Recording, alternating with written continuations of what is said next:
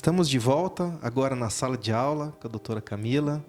Estamos conversando sobre trabalho infantil. No bloco anterior, a doutora Camila ela falou sobre a atuação extrajudicial do GEA, bastante coisa. Assista, por sinal, o vídeo anterior. E agora vamos pensar um pouco mais na atuação judicial.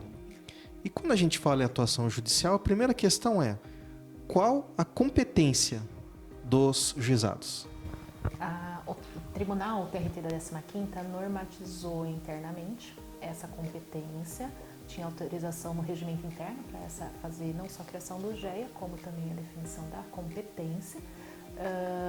É uma competência, vamos dizer assim, funcional, definida quanto aos processos que deveriam tramitar nos GEAs, que envolve, primeiro, ações trabalhistas, ações individuais, cujo reclamante possuía menos do que 18 anos de idade no momento da sua contratação.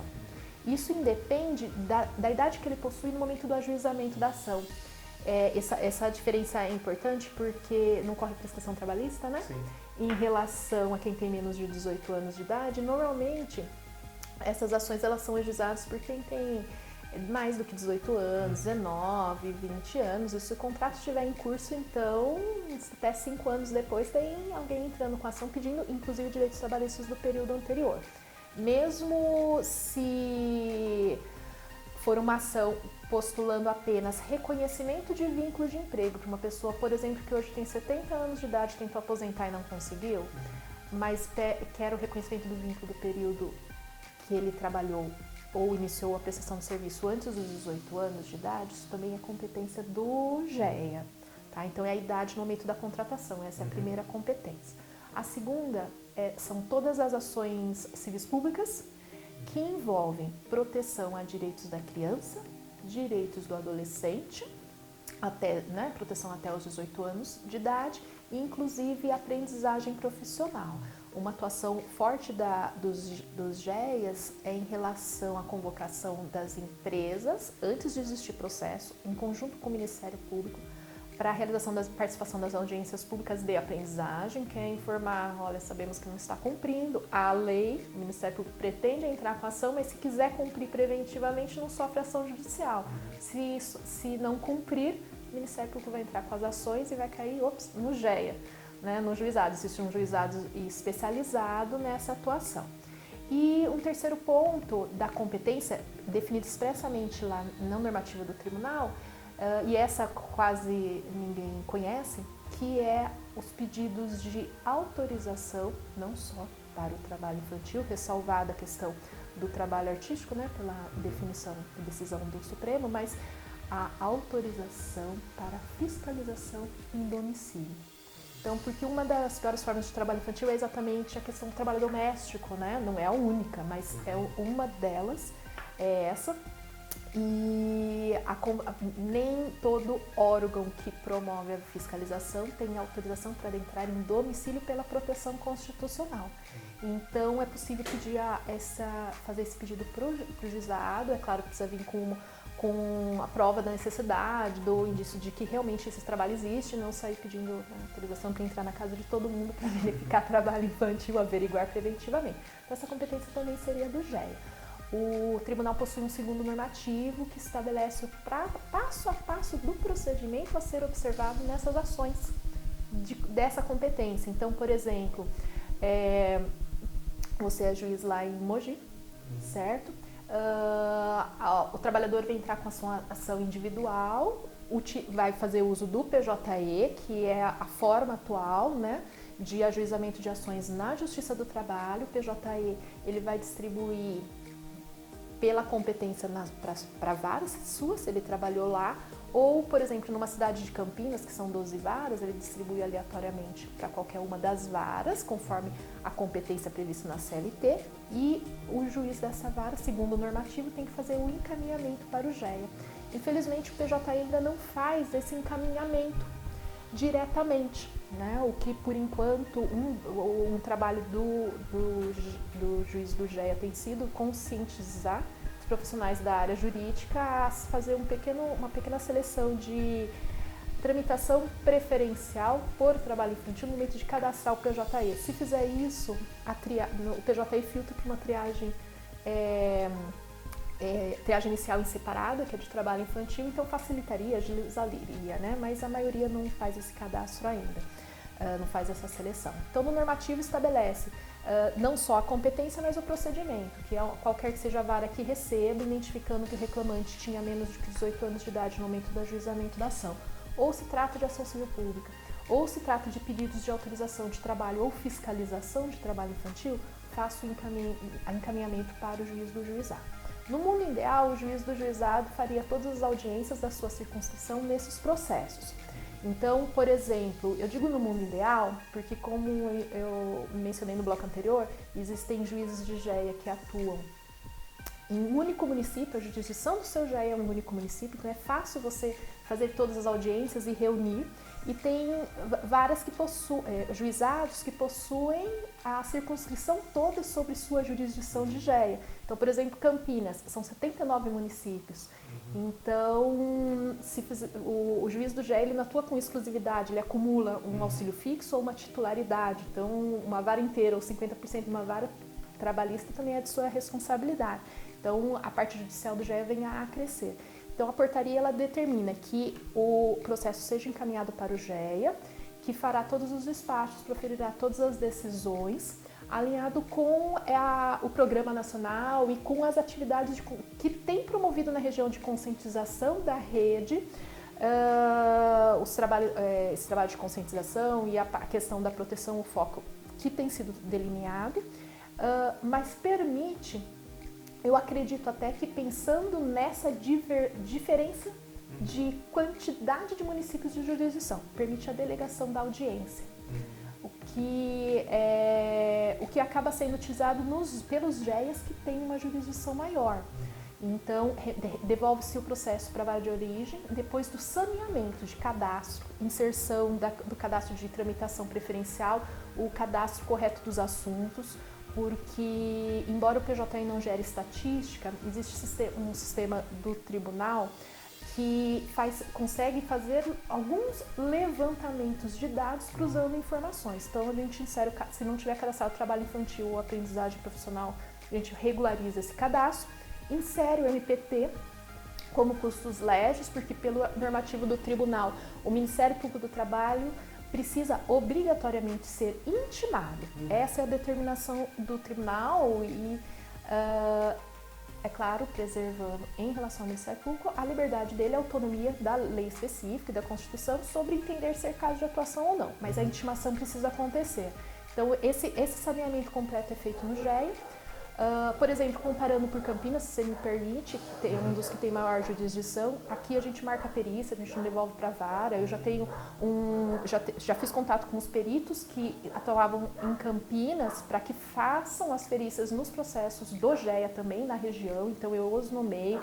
Esse processo tramita no juizado mesmo, é eletrônico, os advogados podem acompanhar, e ele só vai voltar para a vara de origem para fazer a audiência, por conta da questão da acessibilidade da justiça, né? Normalmente, a criança ou jovem que entra com ação na Justiça do Trabalho, ele não vai ter condição de sair lá de Leme e vir para Campinas, que a empresa tem condição financeira, mas normalmente a criança ou jovem não tem, né? Eu digo que vem para a Justiça do Trabalho os casos de desgraça, né? Acidente de trabalho, o trabalho doméstico, o assédio sexual, que tem muito.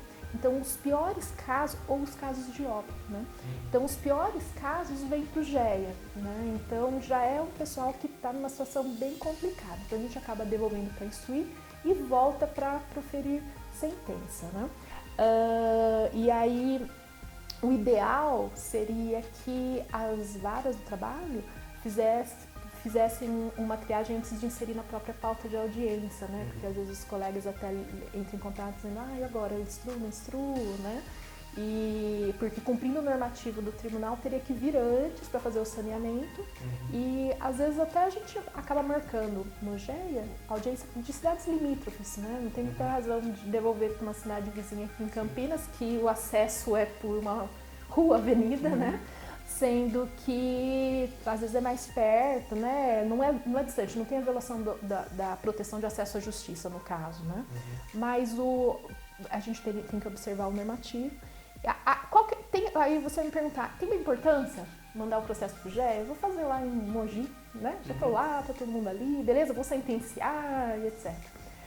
Tem somente 2 riscos. A gente teve um caso já do Ministério Público alegar nulidade do processo julgado sem a intimação do Ministério Público. Sim. E era caso de menor. E não é isso que acontece na maioria dos casos, mas tem um caso que foi assim.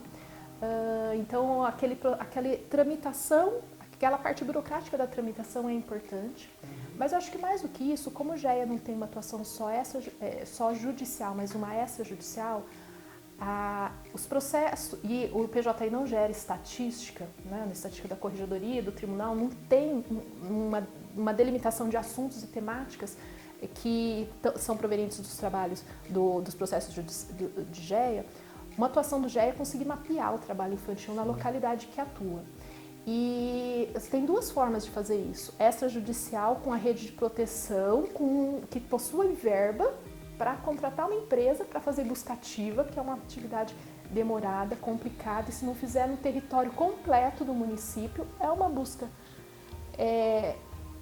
precária, né? Ela não é completa, não dá dados reais, e uma busca através dos dados judiciais. Então, como o PJI não fornece esses relatórios por assunto, por temática, que resolveria a questão, e as estatísticas da OIT, a estatística do PNAD informam uma quantidade muito grande de trabalho infantil. Por exemplo, Campinas tem mais de 3.600 crianças e jovens até 17 anos trabalhando, dos 5 aos 17. E a gente não... É meio surreal, né? Não é algo que nos pareça muito concreto, mas tem. E então, assim, vários municípios têm dados elevados. Os que entram com a ação trabalhista vindo para o GEA, a gente vai montando um mapeamento do GEA, vai montando um mapeamento de área, setor econômico, a faixa etária, para poder definir qual que vai ser o foco da atuação extrajudicial. Então, por exemplo, comparando ainda com o município do qual atuo, através dos processos judiciais, eu consigo saber que determinados municípios, sem dar nomes, mas determinados municípios aqui na região que vai pela Santos Dumont, saindo de Campinas, em alguns municípios, o foco extremo de trabalho infantil está no setor de serviços. Tem município que está no setor de comércio, centro da cidade, avenida principal, todo mundo quer ajudar o filho do amigo ou um conhecido, lhe leva para trabalhar no seu comércio. Não é só o setor. O que eu pego desse link é a exploração sexual. A maioria sofre assédio sexual. É isso que está vindo para a Justiça do Trabalho. Não deve ser só isso, mas é o que está gerando a busca na Justiça do Trabalho. Se eu pego o sentido inverso da Anhanguera, municípios em sentido inverso da Anhanguera, na área rural, que tem sua atividade econômica mais na área rural, eu consigo identificar alguns. São nos contratos de parceria, a família inteira está trabalhando, inclusive a criança de 8 anos.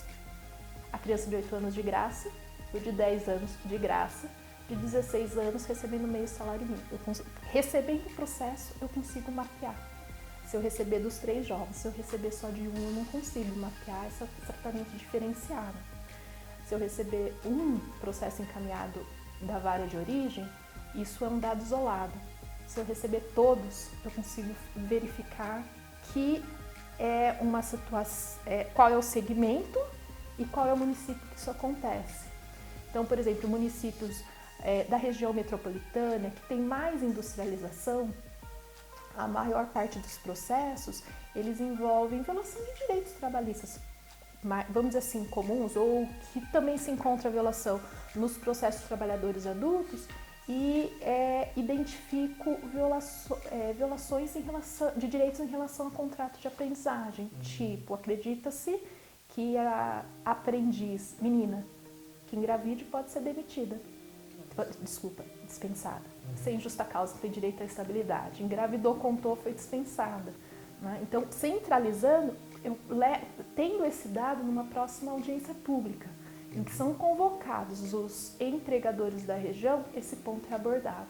sobre a garantia de emprego, como que funciona para implementar, a dúvida que tem sobre o contrato ser a termo junto com uma garantia de emprego, né? Então aproveita-se para alinhar dessa forma. A par da questão da especialização do próprio estudo, do direito do trabalho naquilo que diz respeito à criança e adolescente, nós percebemos então a importância para fins de definição de políticas públicas, de formas de enfrentamento do trabalho infantil. No todo recomendável que se observe isso.